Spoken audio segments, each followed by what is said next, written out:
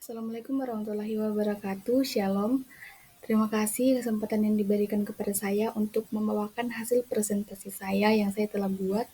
Saya Nugurlisa Mangoting dengan NIM D1B1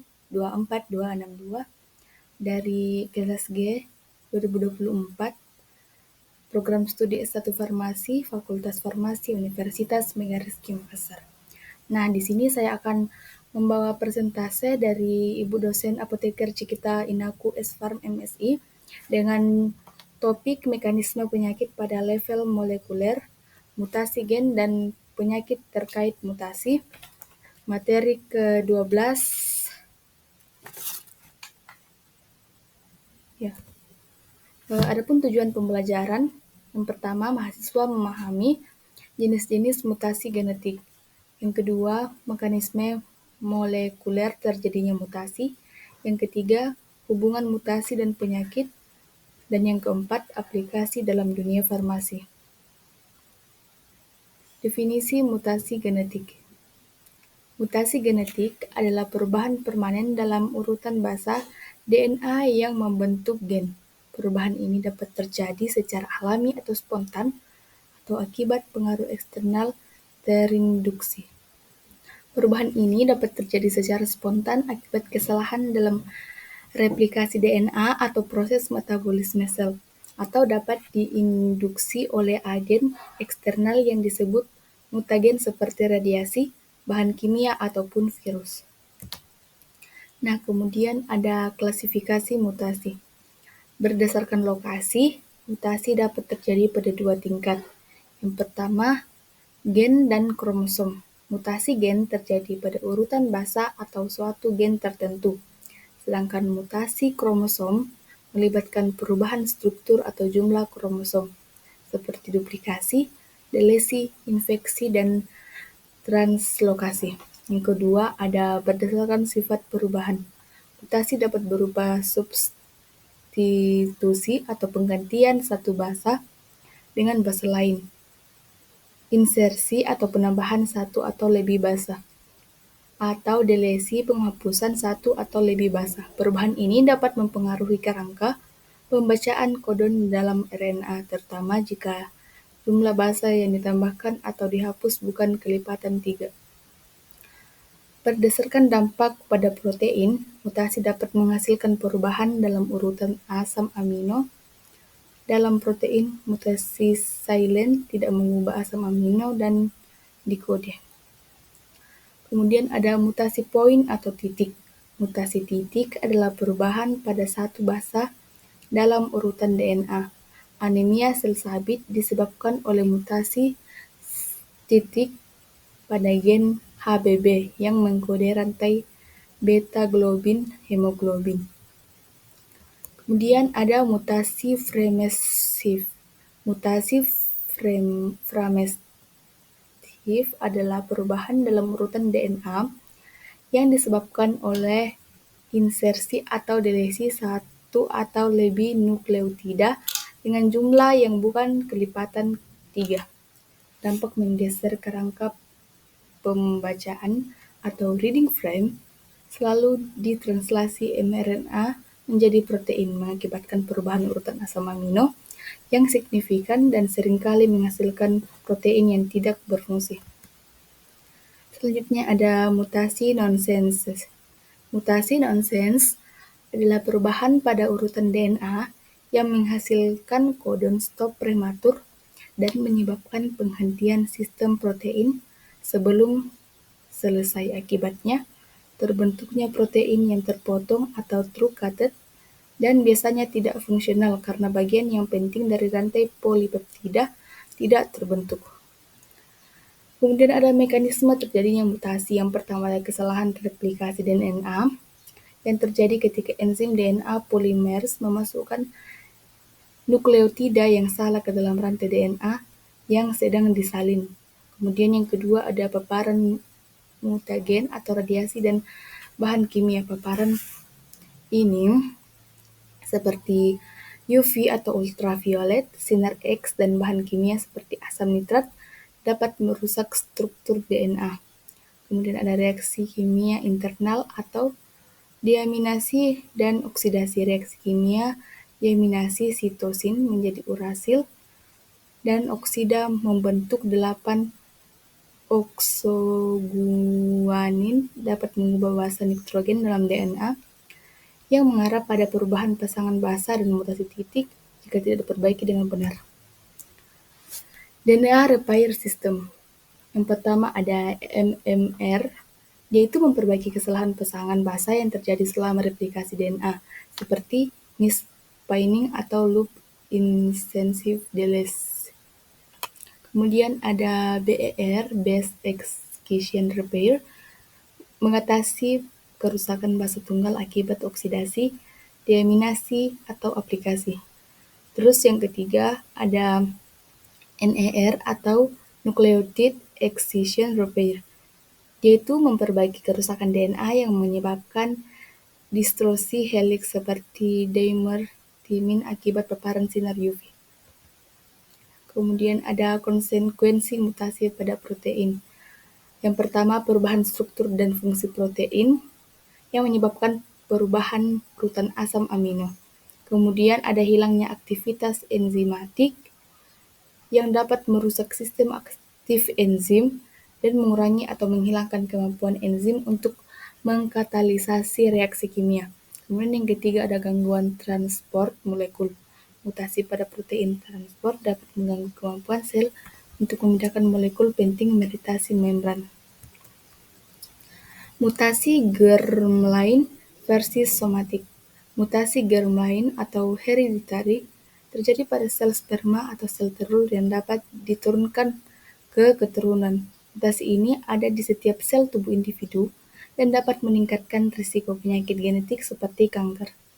Kemudian ada mutasi somatik atau akusisi terjadi pada sel tubuh selain sel kelamin setelah konsepsi. Mutasi ini tidak diwariskan dan hanya terdapat pada sel yang terpengaruh serta keturunannya.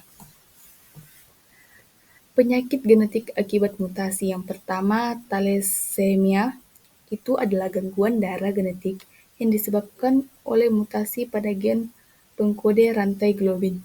Kemudian ada cystic fibrosis yang disebabkan oleh mutasi pada gen CFTR yang mengkode protein pengatur konduktansi transmembran cystic fibrosis. Yang ketiga ada hemofilia. Dia ini adalah gangguan pendarahan yang disebabkan oleh mutasi pada gen pengkode faktor pembentukan darah.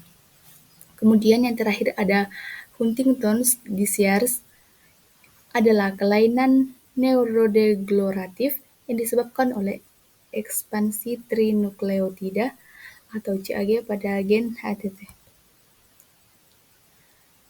Yang kemudian adalah CFTR mutation atau cystic fibrosis. Yang pertama, mutasi F508 yang melibatkan penghapusan 3 nukleotida yang menyebabkan hilangnya fenilalanin pada posisi 508. Kemudian ada gangguan saluran ion Cl-min, mutasi F508 menyebabkan saluran CFTR tidak berfungsi dengan baik, mengakibatkan transportasi ion klorida yang terganggu. Kemudian ada target terapi atau efaktor. Efaktor adalah CFTR potentiator yang meningkatkan probabilitas saluran CFTR terbuka pada mutasi gating seperti G551D. Selanjutnya ada anemia sel sabit. Mutasi gen HBB, mutasi titik pada kodon ke-6 dari gen HBB yang menyebabkan substitusi asam glutamat atau GAG yang menjadi valine GTG pada rantai beta hemoglobin. Kemudian ada hemoglobin abnormal atau HbS. Dia menghasilkan hemoglobin S atau HbS yang cenderung membentuk polimer pada kekuatan oksigen dan menyebabkan sel darah merah berubah bentuk menjadi sabit. Selanjutnya ada Duchenne muscular dystrophy. Mutasi pada gen DMD disebabkan oleh mutasi pada gen DMD yang terletak di kromosom XP21. Gen ini mengkode protein distrofina yang berfungsi menjaga stabilitas membran sel otot. Kemudian ada penurunan kekuatan otot progresif. Gejala awal DMD biasanya muncul pada usia 2-3 tahun, dimulai dengan kelemahan otot pada kaki dan pinggul. Seiring waktu, kelemahan ini menyebabkan otot-otot lain, termasuk otot pernapasan dan otot jantung. Kemudian ada mutasi dan kanker. Aktivitasi proto-onkogen. Gen normal yang berperan dalam regulasi pertumbuhan dan diferensiasi sel. Mutasi atau perubahan ekspresi dapat mengubahnya menjadi onkogen yang mendorong proliferasi sel tidak terkendali. Kemudian ada inaktivasi gen supresor tumor atau TSG. Berfungsi menghambat pertumbuhan sel dan mencegah pembentukan tumor. Inaktivasi gen-gen ini dapat terjadi melalui mutasi atau delesi gen seperti TP53, BRCA1, dan BRCA2. Kemudian ada contoh mutasi BRCA1 dan BRCA2. Yang pertama, risiko kanker payudara dan ovarium. BRCA1 itu risiko kanker payudara hingga 65% dan ovarium sekitar 39% seumur hidup. Yang kemudian ada BRCA2, risiko kanker payudara hingga 47% dan kanker ovarium sekitar 17% seumur hidup. Bisa dilihat pada gambar. Kemudian ada terapi inhibitor PARP. Inhibitor PARP digunakan untuk mengobati kanker payudara dan ovarium pada pasien dengan mutasi BRCA1 atau BRCA2. Terapi ini memanfaatkan prinsip sintetik Gledhatili, yang dimana sel kanker yang kekurangan perbaikan DNA melalui homologous recombination. Kemudian ada terapi gen untuk penyakit genetik. Terapi gen bertujuan untuk menggantikan gen rusak dengan gen sehat untuk mengatasi penyakit genetik.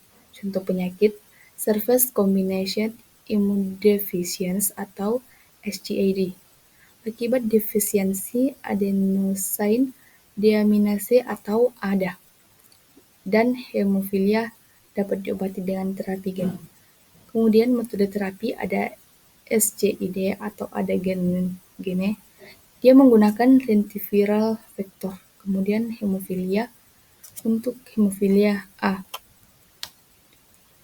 Kemudian ada CRISPR atau Cas9 sebagai teknologi edit gen. Presisi tinggi dalam koreksi mutasi. CRISPR atau Cas9 memungkinkan pengeditan genom atau presisi tinggi, yaitu mampu mengkoreksi mutasi spesifik pada penyakit monogenik. Aplikasi pada penyakit monogenik, anemia sel sabit, dan thalassemia beta untuk meningkatkan produksi hemoglobin janin. Duchenne muscular atau dystrophy DMD, yaitu mengkoreksi mutasi pada gen DMD untuk memulihkan fungsi otot. Kemudian ada SCID, Surface Combination Immunodeficiency. Dia mengedit gen RAG2 dan IL2RG untuk memperbaiki sistem imun. Kemudian ada aplikasi di dunia farmasi. Target drug design, desain obat yang ditunjukkan secara spesifik untuk target molekuler tertentu. Contohnya, Glyphig. Dia itu menghambat protein BCR-AL, hasil fusi genetik pada leukemia myeloid kronis atau CML. Kemudian ada terapi presisi, precision medicine. Pengobatan yang disesuaikan dengan profil genetik atau mutasi spesifik pasien. Dia mengoptimalkan efektivitas dan minimaliskan efek samping. Kemudian studi singkat yang pertama. Ada penyakit thalassemia, terapi gen CRISPR atau Cas9. Ada seorang pasien wanita berusia 19 tahun. Dia itu menderita penyakit thalassemia yang sebelumnya menerima 34 unit sel darah merah per tahun. Sel punca hematopoietik CD34+, pasien dimodifikasi menggunakan teknologi CRISPR atau Cas9 untuk mengedit gen HBG1 atau HBG2, meningkatkan produksi hemoglobin janin. Hasilnya setelah infus CTX001, pasien tidak lagi memerlukan transfusi darah selama 21,5 bulan atau 1 tahun lebih, dengan kadar Hb total meningkat secara signifikan. Kemudian ada studi kasus yang kedua, penyakit hemofilia A, terapi gen AAV atau galactogogen roxaparvovec. Seorang pria dewasa dengan hemofilia A berat dan kadar faktor 8-1 IU infus tunggal AAV atau Roctavion vektor AAV5 yang mengkode faktor 8. Hasilnya menurunkan signifikan dalam frekuensi peredaran tahunan dan penurunan kadar faktor 8 pasca terapi. Kemudian ada studi kasus singkat yang ketiga dengan penyakit cystic fibrosis atau CV, modulator CFTR. Seorang pasien dewasa dengan mutasi F508del pada gen CFTR. Terapi kombinasi ivacofactor atau lumafactor untuk meningkatkan fungsi CFTR. Hasilnya meningkatkan signifikan dalam fungsi paru, penurunan frekuensi eksaserbasi, dan peningkatan kualitas hidup. Kemudian ada studi kasus yang keempat, yaitu Duchenne Muscular Dystrophy atau DMD, exon skipping atau Casimersen. Seorang anak laki-laki berusia 8 tahun dengan mutasi pada exon 45 gen infus Casimersen antisense oligonucleotida yang menargetkan exon 45 untuk memungkinkan pembacaan gen yang fungsional. Hasilnya peningkatan produksi protein distrofina dan stabilisasi fungsi motorik. Kemudian ada studi kasus yang kelima, yaitu kanker payudara dengan mutasi BRCA atau inhibitor PARP. Seorang wanita dewasa dengan kanker payudara positif BRCA1, terapi dengan inhibitor PARP misalnya olaparib untuk menginduksi kematian sel kanker melalui mekanisme sintesis DNA yang rusak. Hasilnya peningkatan signifikan dalam kelangsungan hidup, bebas progresi, dan kelangsungan hidup keseluruhan. Kemudian ada tantangan terapi mutasi. Efisiensi terapi gen. Terapi gen menghadapi tantangan dalam mencapai efisiensi tinggi, terutama dalam pengiriman komponen terapi ke sel target dan kontrol ekspresi temporal dan spasial dalam enzim nuklease. Risiko mutasi off-target. Terapi gen menggunakan teknologi CRISPR-Cas9 dapat menyebabkan mutasi di lokasi selain target yang berpotensi menimbulkan efek samping yang tidak diinginkan. Nah, ada etika regulasi bioteknologi. Terapi genetik, terutama yang melibatkan pengeditan germline, menimbulkan pertanyaan etis mengenai persetujuan, potensi penyalahgunaan, dan dampak jangka panjang yang terjadi generasi pendatang. Perkembangan terkini. Terapi berbasis mRNA menggunakan mRNA untuk terapi genetik pada penyakit cystic fibrosis dan hemofilia yang melibatkan penggunaan mRNA sintetis. Kemudian ada base editing, yaitu memungkinkan konversi basa tunggal secara langsung tanpa memerlukan pemotongan ganda DNA. Yang kedua, prime editing. Dia metode search and replace yang lebih presisi tanpa memerlukan pemotongan ganda DNA. Kemudian ada terapi RNA antisense, penggunaan antisense oligonukleotida yang mengatasi mutasi pada gen SMN1 pada spinal muscular atrophy. Adapun ringkasan materi, yang pertama mutasi genetik, dampak terhadap fungsi sel. Mutasi genetik dapat menyebabkan perubahan pada struktur dan fungsi protein yang berpotensi mengganggu proses biologis normal dan memicu berbagai penyakit. Contohnya pada gen HBB, yaitu menyebabkan anemia sel sabit, dan mutasi pada gen DMD menyebabkan Duchenne muscular dystrophy atau DMD. Yang kedua ada penyakit monogenetik dan terapi spesifik. Penyakit monogenetik disebabkan oleh mutasi pada suatu gen sehingga memungkinkan pengembangan terapi yang ditargetkan secara spesifik. Contoh terapi thalassemia menggunakan teknologi CRISPR-Cas9 untuk mengedit gen HBG1 dan HBG2, meningkatkan produksi hemoglobin janin atau HbF. Kemudian hemofilia A menggunakan vektor AAV untuk menginfuskan gen faktor 8 ke dalam sel pasien. Kemudian Duchenne muscular dystrophy atau DMD, terapi menggunakan antisense digunekleotida untuk mengalihkan pembacaan gen dystrofina menggunakan produksi protein fungsional. Kemudian ada teknologi genetik dan peluang terapi presisi. Kemudian dalam teknologi genetika membuka peluang untuk terapi presisi yang disesuaikan dengan profil genetik individu. Contoh teknologi CRISPR atau Cas9, sistem pengeditan gen yang memungkinkan modifikasi DNA dengan presisi tinggi.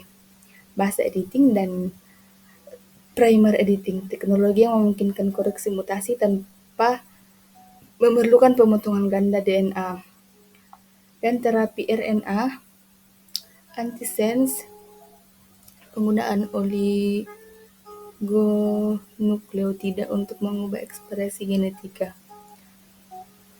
Seperti dalam terapi untuk penyakit neurodegeneratif dan gangguan otot. Ini pun daftar pustaka yang saya telah bahas di presentasi ini. Terima kasih. Itu saja presentasi yang saya bawakan. Jika ada salah tutur kata, mohon dimaafkan, karena yang sempurna hanya milik Tuhan.